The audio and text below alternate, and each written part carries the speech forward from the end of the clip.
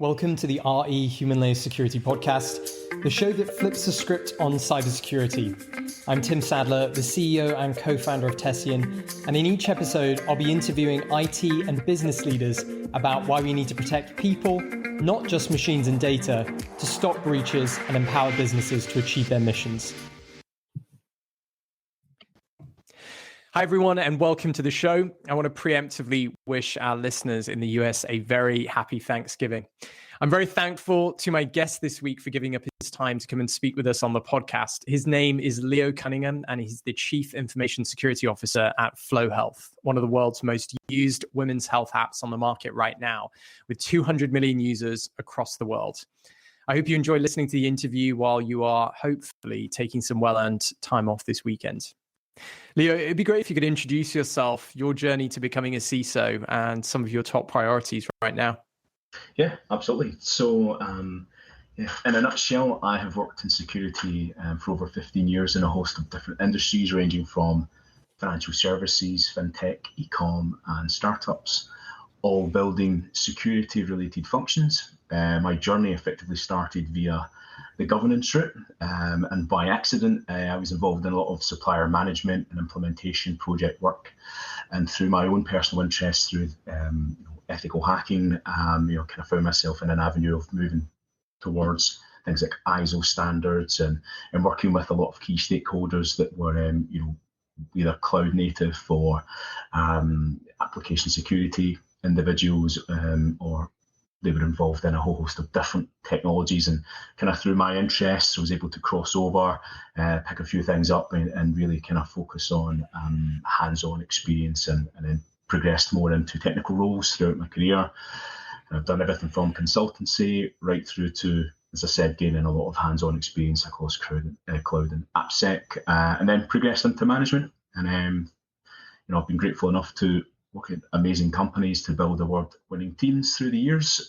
So top three priorities right now for me, SIEM service. Right now at Flo, we're looking to consolidate a lot of intelligence. We have a lot of different reporting streams, so we want to create a consolidated position on that, and also growing our current team during the shift left phase, and also during ISO implementation phase as well.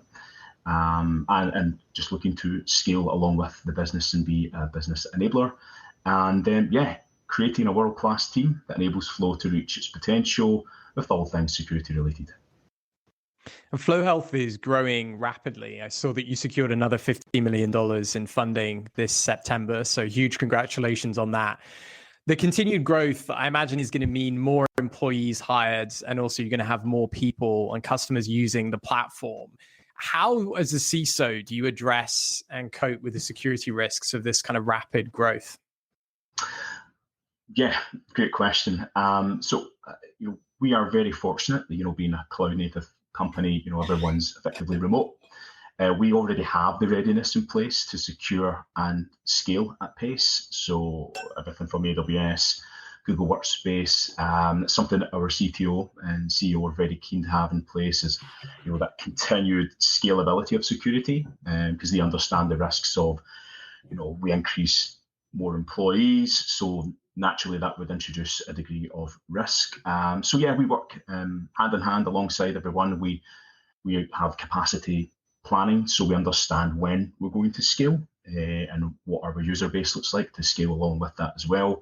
And for us to deal with the different types of security risks you get is everything from taking things back to the basics, and not take the assumption that people who join the company know everything there is to know about security. So we're very much focused on a solid foundation across everything from asset monitoring to having the correct policies in place, and in a language that people can relate to and understand, and educate people, and give them everything that they need from support, education, and general development. We also have open door policy within security as well, so anyone can reach out, ask us a question, a query, or if they're looking to build a service which is scaling as well, then they can certainly come and work alongside us, so then we can reduce the risks associated with the rapid growth. And you mentioned this point about ensuring your employees are equipped to deal with the security challenges that you might face. How do you do this, and how do you differentiate from employees who are new to the organization versus employees who've been with you for a long time? Of course, I think probably a lot of companies tend to struggle, or things may fall through the cracks. But we have something as simple as a new joiner email, so that preps an employee before they effectively join the company, and they get that leading up to when they join on day one. So it tells them everything they need to know around IT service requests, different systems that you use, where the specific policies are, playbooks around whether it be if you work in product management or a delivery stream, and it's the same with security and everything across. Privacy education as well, and this is followed up with the buddy system that checks via the person's line manager. So we have sessions all the time to discuss current threats, potential exploits that we may come up against, and looking at things like giving people a general understanding of what PII data would go for on the dark web, and being able to quantify that so people understand the measure of what they're dealing with, because we do take it very seriously. We have 200 million users. So I think when someone joins the company, they need to understand, what they're dealing with, how they handle data, and ultimately how they secure and control that. And we do everything across not just at a granular level, but also at C-level. And we show the damages of things like business email compromise, CEO impersonation, social engineering. And we take people through all the general phishing campaigns, and trying to help steer people in the right way and right direction. And we also have a lot of different tooling that shows, it scans code base, looks at deployment, CI/CD, and everything else. And we try and automate as much as we can in security to take that pressure away from people in the kind of logic thinking. So we try and reduce as many mistakes as possible within that life cycle. And I think on your LinkedIn, you state that you're mitigating 40 million cyber attacks a week. What are some of the threats that are causing you and your teams the biggest headaches? What's taking up the most time? Yeah, so we have Cloudflare as our web application firewall. So a huge portion of the kind of headaches would be, if we need to configure anything manually, and ensure that we are blocking legitimate traffic, and that dealing with all the different attack types and malicious requests. So you see your typical injection attempts or API disruption. That's probably the biggest thing that we have. But we try and put a lot of leverage into machine learning to do all the heavy lifting. So then we can determine what good bots are, bad bots, and we also have additional added layers like Auth0 to stop things like credential stuffing attacks as well. So that's probably the biggest headaches that we have, is if we need to then manually configure any rule sets to make sure that we have legitimate traffic. Yeah. And do your customers also push you on this as well? So, being a consumer app, I guess you've also got a lot of people who are, before they sign up or before they think about using the app, they want to know about security. So how are you communicating that to them? Yeah, so we launched this year a privacy and security portal within our website that details the specifics. We don't take an assumption that anyone doesn't know anything about security, so we try and cover every single basis from, creating a universal language that people can understand. So like, explaining what encryption is and the different types of tooling that we use. We also have vulnerability disclosure as well. We have a private bug bounty program through HackerOne, which is quite effective. And all this is available online to talk about how we handle, process, and how we secure data. And I think that's a huge step within, when you have a consumer-facing product. I think it's very important to have that transparency and to say this is how we manage and how we process data and how we effectively secure everything around that. So that's something that we're very proud of that we launched this year. So if our users do wish to understand more about the app and everything at the back end or front end of that technology, then it's widely available online within our website. And this ties in, I think, to something you've said previously, which is that you feel it's important for security to be a business enabler and not a disabler. Could you maybe explain that further? So how do you see security supporting Flo Health achieve its mission?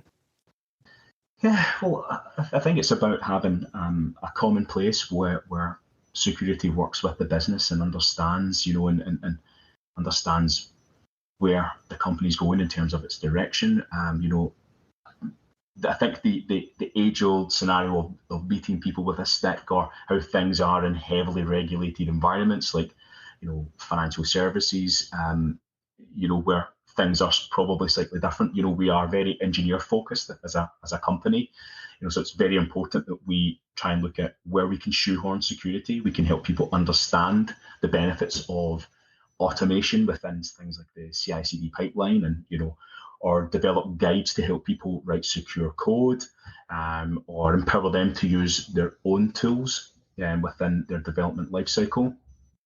So yeah, I think it's very important that we create universal language that people can understand, relate to, help them understand why security is a benefit. I'd probably say it's very close to things like SecDevOps and kind of security cultures like that, and that's something that we're pushing towards. I think we're probably about 75% there. We've had great adoption stories, and that's widely available online for people to read about with Sneak within our CI/CD. So yeah, I think it's important to be a friendly face and offer as much support as we can, and highlight the benefit and quantify, why we do security, because there's always benefits around that, and ultimately, not be a dissuasive position within the company. So it's very important that we constantly remind people that we're here to help. We have an open door policy, and we'll do everything we can to scale with the company and not get in the way of things like product or feature delivery. Yeah, no, that makes a lot of sense. And I know that previously you've worked for some really quite different organizations to Flo Health. So some, very large banks, some financial institutions.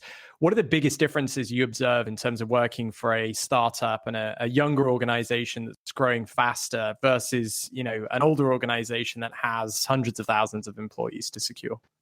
Yeah, I think with something like a startup, it's very agile, it's fast paced, and that's something I really enjoy. Is you have people who have that energy, they want to succeed constantly, and they're always looking for ways of improvement. Whereas if you went somewhere like an institutional bank, for instance, they're going to have a lot of legacy. They're going to probably still, maybe 80% of the business is still bare metal that they're using.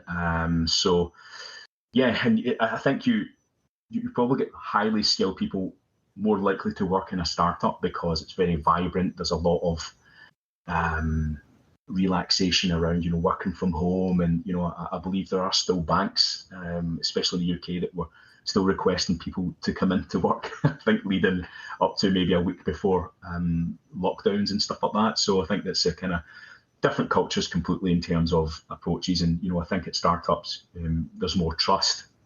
I think there's definitely more support there. People understand where they're going as a company, and they can quite quickly shed any of their legacy that they have, or understand why they currently have it. So yeah, I think that's the kind of the fundamental differences between startups and maybe older companies or monolithic archetypes. Yeah, no, I resonate with that a lot. I started my career working for a 300,000 person bank, and obviously now work to build Tessian. But I think I think it's that pace of change that you talk about. It's the ability to get things done much faster, but also that willingness to trying new approaches, whether it's new technology or new ways of doing things. Yeah. It just takes those larger organizations so long to do that.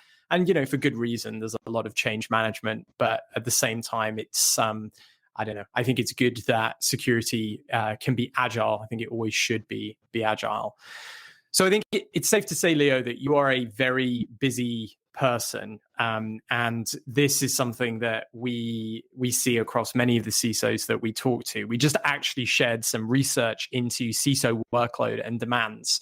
And 42% of CISOs said that they have missed holidays like Thanksgiving and Christmas due to work demands, whilst a quarter of CISOs that we surveyed have not taken time off work in the last 12 months.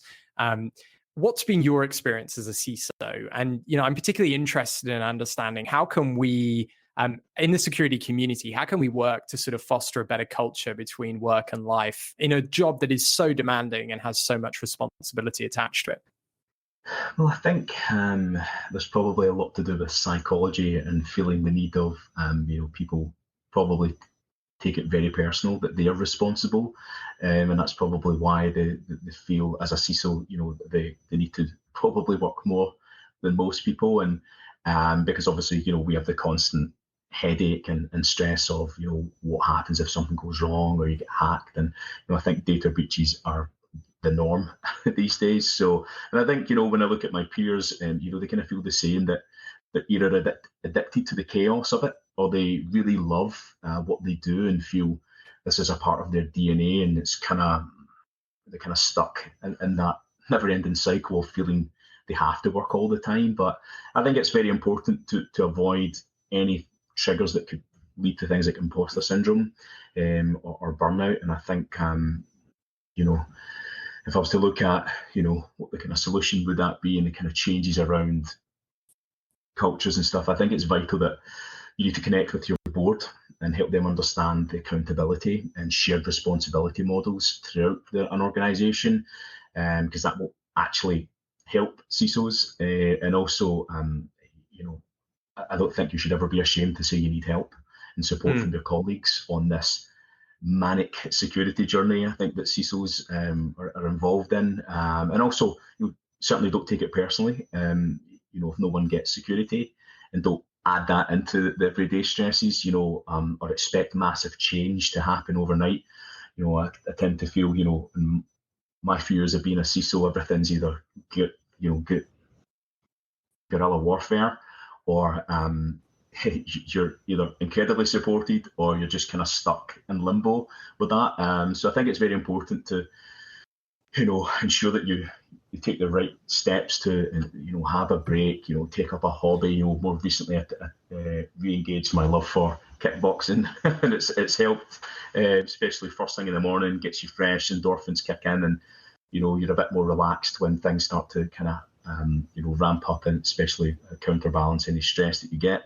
But I think, attitude across an entire company definitely helps. And, I think I've been in organizations where I have been the only security person, and either you'll have people, call you out for not giving enough communication, and it's like, well, you're effectively the metaphoric person with a finger in the dam. So, it's about kind of trying to sell more and help people understand. And, the more data you have, then I think the more the board can ultimately support and understand. And, at the end of the day, if something does go wrong at a company, and the accountability always will lie at C-level, and maybe people above a CISO position.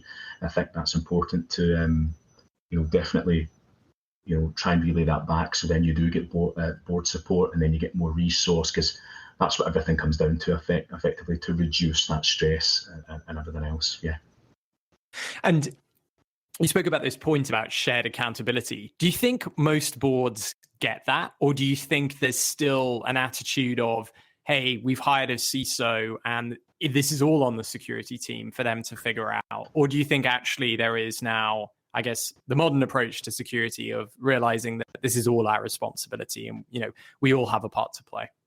I think it depends on the organization. I don't think anyone could truly answer that question. I've worked in a number of different companies where, I'll be honest, people really don't care about security, and I would bang my head against the wall, especially when it's either a family-run business or it's a global bank. And I've seen it all. I've seen every possible scenario happen in my career, and I've seen people react very well to it. I've seen people anticipate potential items that may happen, and I've worked in organizations where they're only concerned about getting the feature out on a product, or selling a product to someone, and whatever it may be. But I think it's very difficult. I think more so with everything happening with data breaches and APTs, criminal enterprises for hire and everything else. I think, especially, I'm very fortunate at Flo, we do deal with sensitive data types.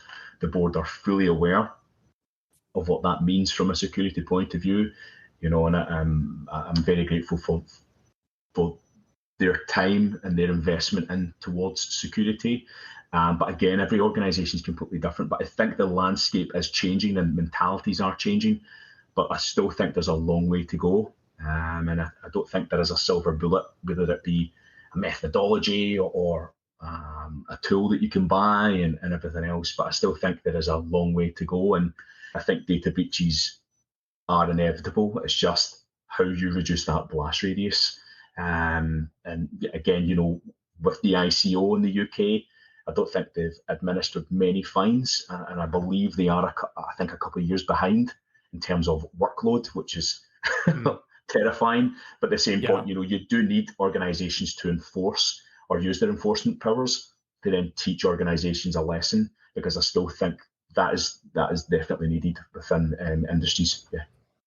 Yeah, and I agree with that point. I think it's been interesting to see just the scramble towards GDPR compliance, but actually it still feels like we haven't seen that watershed moment with the regulators really clamping down on GDPR offenses yet. I mean, I know there have been some landmark examples, but it does generally feel like there's almost too many things to sift through. And it's going to be interesting just to see what that actually does to, how seriously people take it going forward, because it is meant to be there as a deterrent.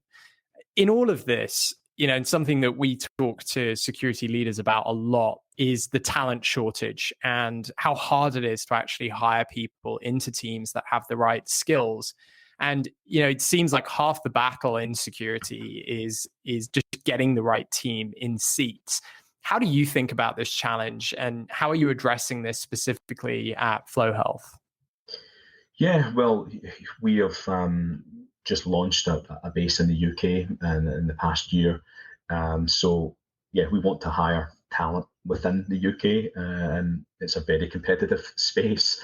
More recently we were looking at a DevSecOps role, and I think the salary range almost doubled within the space of a couple of months of looking at that. And I don't know what's going on with the market in terms of specific skill sets, but then when you look at how many DevSecOps persons are within a region, you're coming up short. So I can understand, maybe someone was a contractor and then that kind of duplicates salaries and everything else. But I think mostly, for us, we look at, is the person a good fit for our culture? Will they understand the need for what we're doing to ensure that we have a world-class product, and also that we can build a world-class security function? That is non-negotiable from my point of view. And then again, do people have passion?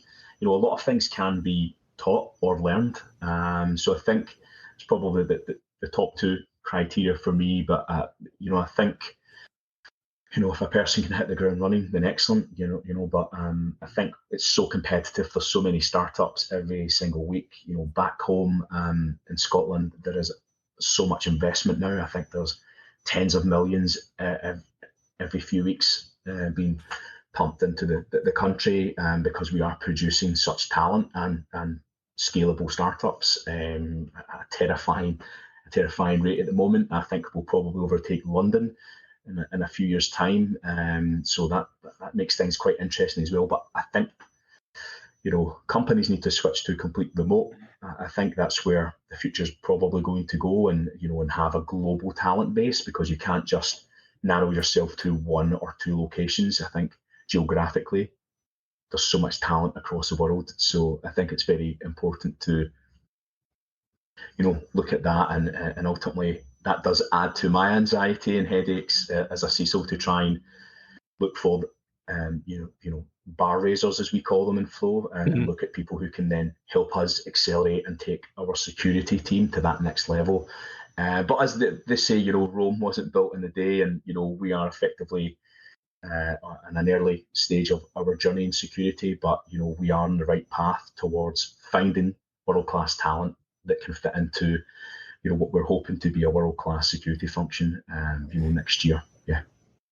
I think I agree with you your read on hiring remotely really opens up that global talent pool, and I think it's what every company is going to be doing right now, especially when the competition for talent is so high. How do you think remote work and remotely distributed teams plays into that conversation we had about workloads for security teams? Do you think there's an opportunity to, through remote work, actually make the workload better, or do you think it actually introduces more complexity? Well, for me personally, I have a young family, so sometimes, I can be on a Zoom call and my 2.5-year-old will come trudging through, making lots of noise, and I can see that kind of distraction. But I think it's now becoming the norm. I think organizations have been forced to adapt to that because you can get people who, they can dictate the terms now. As employees, they can effectively say, well, I'm not joining a company unless I'm fully remote because, I want to have my lunch with my child, or catch up with my other half partner, whatever it may be. And so I think, and people need that flexibility, I think, as well, especially in tech, big tech. They can dwarf anyone in terms of what they can offer in terms of equity, and give any engineer whatever they want in terms of hardware. So I think it's now becoming the norm. I think also from a business continuity perspective, I think it's excellent to be remote, because if you're relying on something like Google Workplace, well, I think they've had one outage in a number of years, and even then, they have multiple resilience, duplication, and everything else. So I think that's the kind of norm. Whereas if you worked in a building and then there's a power cut, these types of things. But I think a lot of organizations are still a bit wary about it from a security point of view. But again, it comes back to things like business continuity, disaster recovery, and having a good plan before another pandemic hits, and God forbid if that does happen. And I think now people are used to that. I think a lot of that's been driven by a millennial culture as such. I hate that term, but I think a lot of that's been driven by a younger generation who are now dictating the terms towards how they want to work and when they want to work, and how that supports that. So yeah. And Leo, we're at the time of year when we look back over the past 12 months and think about what's ahead for the next 12 months. For you, what's been the number one learning for you this year? And what do you think the biggest trends to watch out for will be in 2022? I think this year we've had an incredible journey at Flo.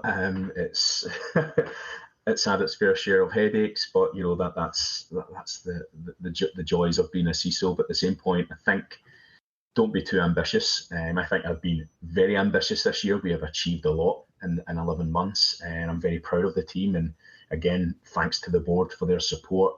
So I would say don't be too ambitious, because it adds a lot of stress. Then you realise you have a month of holidays to take, or whatever it may be, and everything else. And again, I think focus on developing more relationships and delegation. That's definitely going to be my plan for next year, because we'll have a bigger team, a stronger team, more mature team.